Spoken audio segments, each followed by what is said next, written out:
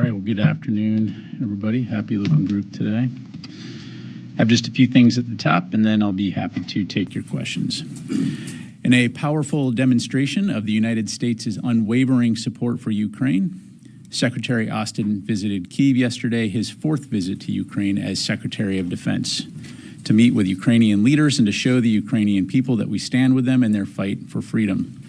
During his visit, Secretary Austin met with President Zelensky, Minister Umerov, and other Ukrainian defense leaders to discuss Ukraine's strategic objectives for the coming months and other battlefield developments.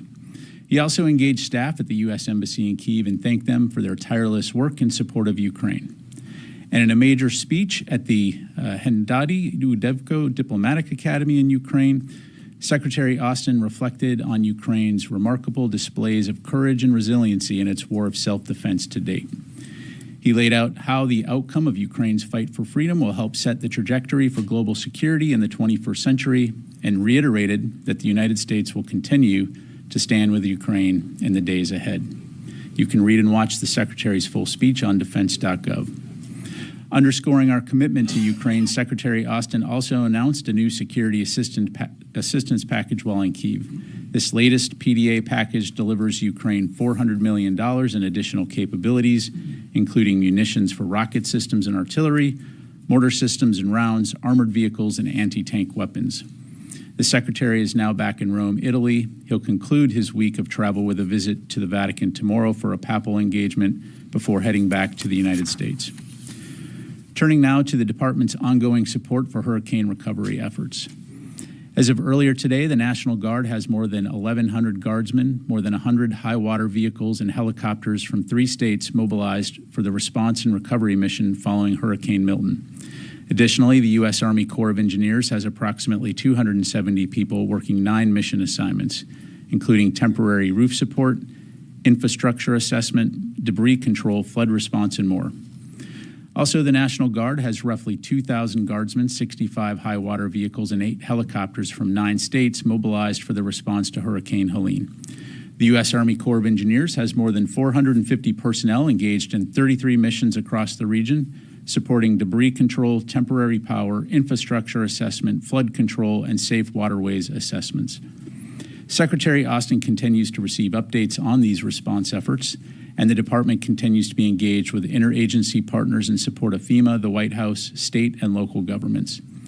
I would also like to highlight that since early October, active duty service members in support of local, state, and national partners have performed more than 100 ground missions and 70 air missions, delivering more than 270 tons of humanitarian aid over land and nearly another 200 tons through the air.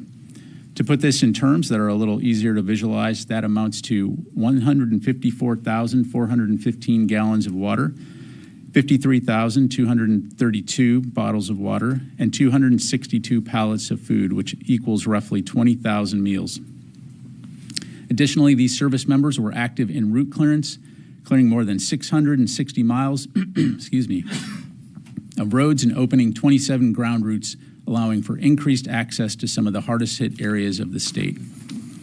In the coming days, following weeks of direct support to the people of Western North Carolina, active duty service members will begin transitioning out of the area as a longer-term recovery phase begins. This transition will be a gradual, phased process that's carefully coordinated between state and local officials, U.S. Northern Command, the dual status commander, FEMA, and the federal coordinating officer. Active duty assets are released only after a comprehensive evaluation is conducted confirming with FEMA and the North Carolina governor that specific DoD support is no longer needed. The U.S. NORTHCOM commander approves their recommendation for release of assets, and civil authorities are prepared to manage recovery and sustainment operations independently. From the onset of this mission, the primary goal of DoD Title X assets and civil support was to provide immediate short-term assistance while state authorities, FEMA, and other federal agencies led the recovery efforts. It's important to note that while these active duty assets may be heading back to home station, the federal mission and federal support is not ending. As active duty service members transition out, the National Guard, FEMA, and other federal, state, and local agencies remain actively engaged to address ongoing needs, rebuild infrastructure and aid communities, and long-term recovery. The Secretary and his team are incredibly proud of the selfless service and sacrifice of all DoD service members involved in the hurricane response efforts, and he remains focused on DoD personnel and their families who may be impacted by the hurricanes. And finally, on Friday, October 18, U.S. Strategic Command announced the commencement of its annual Nuclear Command and Control exercise, Global Thunder. Global Thunder 25, or GT-25, involves personnel throughout the strategic enterprise, including U.S. STRATCOM components and subordinate units. The purpose of GT-25 is to enhance nuclear readiness and ensure a safe, secure, and effective strategic deterrent force. As in previous years, GT-25 will include an increase in bomber and other aircraft flights throughout the exercise. Exercises such as GT-25, which also involves personnel from the Pentagon, reinforce the importance of resiliency throughout the entire chain of command and are key to ensuring the department's ability to continue performing its mission-essential functions in any situation. In addition to U.S. personnel, GT-25 will involve key allied and NATO partners, including personnel from the United Kingdom, who will integrate into senior leadership teams and work across a broad spectrum of areas, offering policy support and operational insight. I do want to emphasize that this is an annual exercise and is not in response to actions by any nation or other actors or current world events. For any questions regarding the exercise, I recommend you contact U.S. Strategic Command Public Affairs. And with that, I'll be glad to take your questions. First question will go to Lita Baldor, Associated Press. Thank you, Pat. A couple questions on the leak. Can you say whether or not the Secretary has had any discussions with his counterpart or any other Israeli leaders on this leak and to sort of fill them in on what the U.S., at least as of now, thinks happened? And has the Pentagon or the military taken any steps at this point to either determine if there are other leaks out there or to sort of stop or prevent anything additional from going out? And I have one follow-up. Okay. So just to confirm, you're asking whether or not the department has been in contact with the Israelis? Yes. Yeah. Yes, we have, but I'm just not going to be able to get into private discussions on that. And then, I'm sorry, the second part? Can you say if it was actually the Secretary that spoke with the Secretary has spoken with his counterpart, but again, I'm just not able to get into details on that. Okay. And the second part was, can you talk about any steps that the department has taken either to shut down any possible additional leaks or locate where this came from? Yeah, look, I mean, again, as you heard earlier today, the FBI is investigating the alleged leak of classified documents and working closely with the Department of Defense and the intelligence community on this. The investigation is in its first few days, so it's important to let that investigation run its course. As it relates to the safety or the safeguarding of sensitive information, that is, of course, something that we take incredibly seriously here at the Department of Defense, and will continue to do so. But as it relates to this particular allegation, as I'm sure you can appreciate, because it's under investigation, I'm just not going to be able to offer any more comment. And you said you had a follow-up? I've got one quick follow-up. There's obviously been one Defense Department employee who has been named on social media. Can you say whether or not that person or anyone else has had either their security clearance limited or anything as a result of this investigation so far? Yeah, again, as I just highlighted, this investigation is in its first few days, and it's important to let the investigation run its course. To my knowledge, this official is not a subject of interest, and the department remains fully committed to supporting the investigation, and I'll just leave it there. Matt. Thanks, Pat. There have been reports of a joint U.S.-Iraq operation against ISIS, and the Iraqi prime minister said that the top ISIS leader in the country was killed. What can you tell us about this? Thanks, Matt. What I can tell you is that overnight, CENTCOM and Iraqi security forces conducted a partner raid in Iraq targeting several senior ISIS leaders. The raid resulted in the death of multiple ISIS operatives. Post-mission analysis is ongoing, so we'll provide more details once we have confirmed information, and we'll have more to follow on that. Thank you. Now, in Israel, we've also seen reports that the country has requested another THAAD system from the United States. Are you tracking any such requests? I've seen those reports, but I'm not aware of a request for a second THAAD. Let's go to Tony and then Charlie. President Zelensky said the United States has promised $800 million to Ukraine to produce long-range drones. Can you flesh that out a little bit? Will this be USIA money or some kind of FMF grant, foreign military financing grant? Yeah, thanks, Tony. Let me take that question for you because I want to make sure we get you the facts. Can I ask you a leak question? I mean, this is a 2-page document. You've had instances where, like Teixeira, were hundreds of pages. Can you help the public understand why this 2-page document is causing such a kerfuffle here compared to Teixeira, WikiLeaks? There's been, over the decades, there's been this kind of a situation, but what made this so sensitive? Well, again, this is currently under investigation, so I'm going to be very limited in what I can say, Tony. I would say anytime there's an allegation of potential unauthorized disclosures, we're going to take it seriously. That's exactly what we're doing, and I'll just leave it there. Is this considered a media leak right now, or almost an espionage leak of a foreign government gaining documents? Again, Tony, it's under investigation, so I'm just not going to be able to comment on an ongoing investigation. Charlie. Okay, thank you, General. You have said that the DoD is fully supporting the investigation led by the FBI.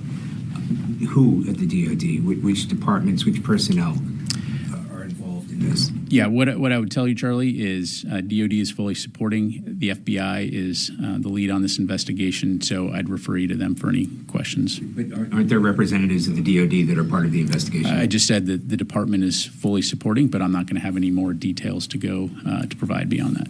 So, Tom. Thanks, General. Two different questions. We have a story today showing that 15 UNIFIL peacekeepers were injured when the IDF apparently deployed white phosphorus by their base in southern Lebanon this month. Can I ask, what is the DoD's view on the use of white phosphorus in war, and would the Pentagon have any concerns about it being used by or near UNIFIL bases? So, as far as Israeli operations go, Tom, I'd have to refer you to them to talk about that. Broadly speaking, white phosphorus is used essentially as a signaling, capability that you can use to hone in on targets or to also provide smoke capability. But yeah, so it does have a legitimate use in combat operations. Okay, and then separately, 64 Democrats in Congress yesterday wrote to President Biden calling for him to push Israel to allow unimpeded access for American and international journalists into Gaza. The letter has been endorsed by CPJ and many other journalist organizations. Does the Secretary support the call for journalists to be allowed in unimpeded into Gaza? Yeah, I don't have a comment to provide on the specific letter itself, Tom. I will say that the Department and Secretary Austin fully support a free and independent press and the important role that journalists play in providing facts to audiences worldwide, and that includes reporting from conflict zones like Gaza. Thank you. Come back, Carla. Thanks. Just a few follow-ups. On the raid in Iraq, can you tell us, was the ISIS leader in the country, was he the target? Where was this raid, and was this U.S.-led or was this Iraqi-led? Yeah, thanks, Carla. So on the raid, again, we'll have more details to follow. Again, my understanding this was a partnered raid, and so as we have more information to provide, we'll certainly get that up. Okay, and then just to follow up on the leak, I know you mentioned that the individual is not under investigation, just so there's no ambiguity. Are we talking about Ariana Tabatbai? Again, look, for the purposes of reporting here, I don't want to start throwing out names to perpetuate information that, again, as I highlighted, to my knowledge, the official that was being referenced is not a subject of interest. So just leave it there. Got it. And does the Pentagon feel that the leak did originate in the Pentagon? Again, this is under investigation, so I'm not going to have any comment to provide on an ongoing investigation. Pat, just a follow-up on the leak. Can you help us understand why the Pentagon isn't conducting its own investigation? You said you're supporting the FBI. Why isn't DoD conducting its own either joint or separate investigation into the leak or how the system failed or broke down in this case? Well, I'm just giving you a statement of fact here, Orrin, and that is that the FBI is investigating the alleged leak and working closely with the Department of Defense and the intelligence community. And I'll just leave it there. Let me go back. Yes, ma'am. Ro. Yep. Thank you. On Sunday, U.S. 7th Fleet destroyer conducted the transit through the Taiwan Strait with Canadian Navy. So what message was the U.S. trying to send to China, given China's recent military drills around Taiwan? Yeah, thanks for the question. The Arleigh Burke-class guided missile destroyer USS Higgins and Royal Canadian Navy Halifax-class frigate HMCS Vancouver conducted a routine Taiwan Strait transit on October 20 through waters where high seas freedom of navigation and overflight apply in accordance with international law. The ship's transit through the Taiwan Strait demonstrates the U.S. and Canada's commitment to a free and open Indo-Pacific. The United States military flies, sails, and operates anywhere international laws allows. So, thank you very much. Yes, sir. Thank you, General. Yesterday, Amos Hochstein, the envoy of President Biden, said when he was in Beirut that the conflict between Israel and Hezbollah had escalated out of control. So does the Secretary Austin still there is a pathway for the diplomatic, like a ceasefire in any way in Lebanon? The short answer is yes. You know, he does. And we think that it's important that we get to a cessation of hostilities through diplomatic means as soon as possible. And he's made that very clear, as has the department and other U.S. officials. You've got Secretary Blinken, of course, in the Middle East right now, working toward that end. So ultimately, again, we fully support Israel's right to defend itself, but we also believe that the best way to reduce the tensions that we see right now are through diplomatic means. And so we'll continue to work closely throughout the interagency and with our partners in the region toward that end. General, there is some reports claiming that the U.S. and Israel have been reached an understanding on the specific targets that could be for the Israeli if they want to retaliate Iranian in the maybe coming times. Do you confirm that report? Look, I'm not going to speak for the Israelis and what they may or may not do in terms of any operations. I'd refer you to the Israelis to talk about that. Let me go to the phone here real quick. Jeff Shogel, Task and Purpose. Thank you. Our sister publication, The War Zone, is reporting that 11,800 North Koreans have deployed to Russia to fight in Ukraine, including some that are expected to fight in the Kursk region in Russia. I want to know, now that the DoD has had time, can it say whether North Korea has deployed troops to Russia to fight in Ukraine? I know you might say this is a question for Russia and North Korea, but their public affairs apparatus is lacking, and quite frankly, you're nicer. Thanks, Jeff. In terms of updates, Jeff, in order to, give you the facts as I know them, right now we're looking into those reports. As you've heard us say, that this development would mark a dangerous and highly concerning development, but we'll continue to keep you updated on information as we are able to make it available, and of course are consulting with our allies and partners in the region and around the world on this topic. Thank you. Let me go to Mike from Washington Times. Thank you, Pat. To change the subject for a second, DJI Systems, the Chinese drone company, has filed a lawsuit against the Pentagon and Secretary Austin for your decision to designate them as a, quote, Chinese military company. You're saying it's hurt their bottom line. I was wondering if y'all have a statement or about that. Can you confirm any of that?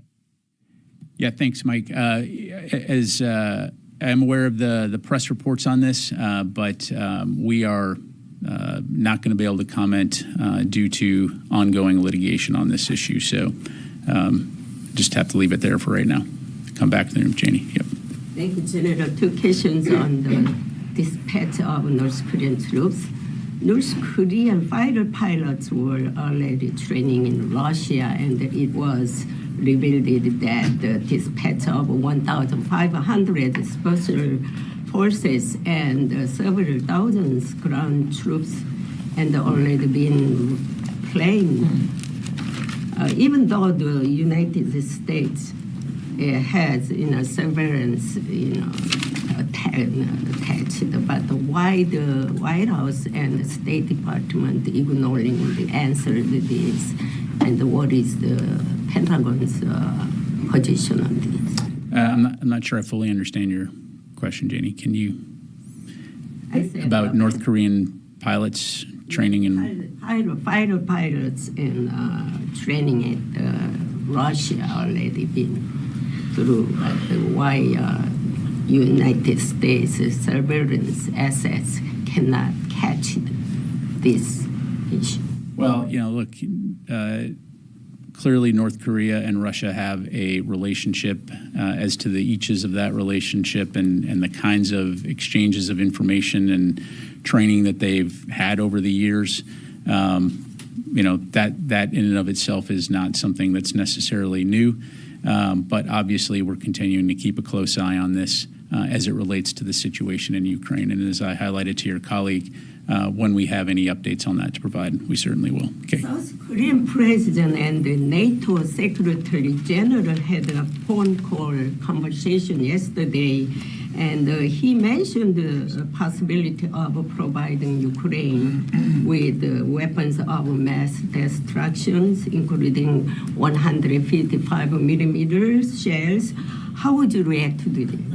I'll let our, you said the South Korean? Yeah, I'll let the ROK speak for itself in terms of its decisions. We certainly welcome the Republic of Korea's support for Ukraine's fight for freedom and sovereignty, but I'll let them speak to any decisions they may make on that front. Go a couple more, Charlie. Yeah, I had another question I wanted to ask earlier. In terms of Israeli retaliation, Iranian counter-retaliation, we've seen this pattern where it's been a matter of weeks before either side would retaliate. Are you expecting that this might be more immediate, in fact, possibly even simultaneous, from the Iranians if attacked? Charlie, I'm not going to speculate or try to predict the future. But you got to prepare for it. We prepare for a wide range of contingencies. And so, again, our focus has been on working with partners throughout the region to try to prevent the current tensions from spiraling into a wider conflict. I will say that continues to be our overarching aim, recognizing, again, that Israel faces multiple threats, and we'll do our part to help support their defense. But as far as what Israel may or may not do and Iran may or may not do, I'm just not going to get into speculating or talk about hypotheticals.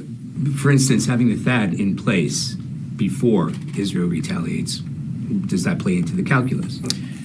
Look, I think the THAAD, as we've highlighted, augments the air defense capability that we already have in the theater. And the context is twice now, Iran has conducted massive missile and drone barrages against Iran. So this augments the air defense capability that we have in the region, as well as provides additional protection for our forces and our American citizens who are in the Middle East.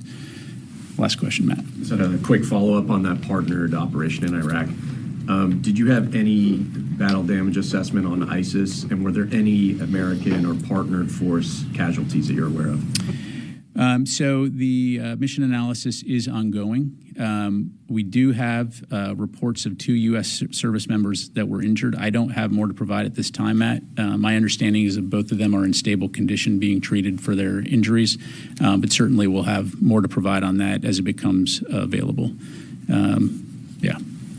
Where are they being treated? Again, that's the information I have right now. We'll keep you updated on that front. Okay? All right. Thanks very much, everybody. Appreciate it.